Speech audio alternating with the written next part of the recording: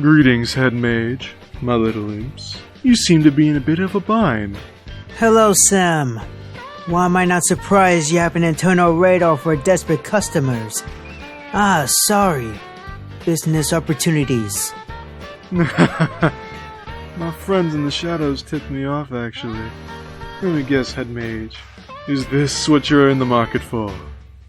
A vial full of golden powder, I take it that's fairy dust. Why, yes. Good eye, my horned imp friend. Fairy dust is the source of power for the fairies living in Feyland. The way I hear it. No dust, no flying, fluttering, or even floating for them. Feyland fairies keep themselves coated in the stuff at all times.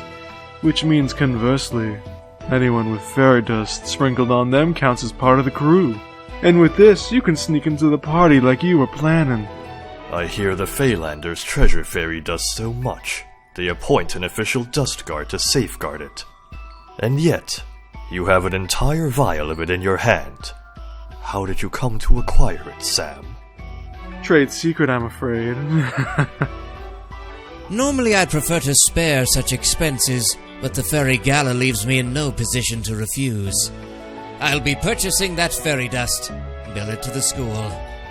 Thanks. Pleasure doing business with you. Well, that takes care of one problem. We have our means of disguising someone as a fairy, but this is a tiny vial. This much dust won't be enough to cloak every house warden present.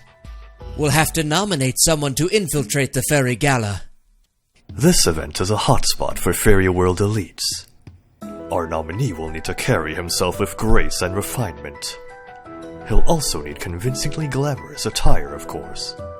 Indeed, the ideal infiltrator will need to know his way around parties for the upper crust.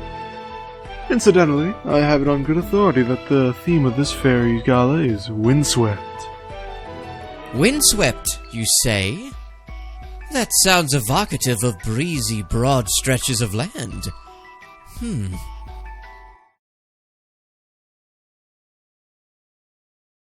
What?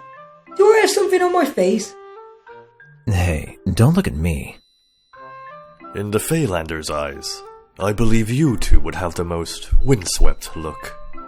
Agreed. Savannas and desert environments certainly qualify. As poor an excuse for nobility as he is, Leona is a royal. And Kalim is the heir to the most prominent and wealthy family in all the Scalding Sands. Yes, I should think they'd both know their way around a gala. Leona and Kalim get my vote. Are we done here? Okay. GG. I'm sure our two infiltrators will have many preparations to make. So this will be a good point to adjourn. I wasn't invited to start with, so I'll just see myself out.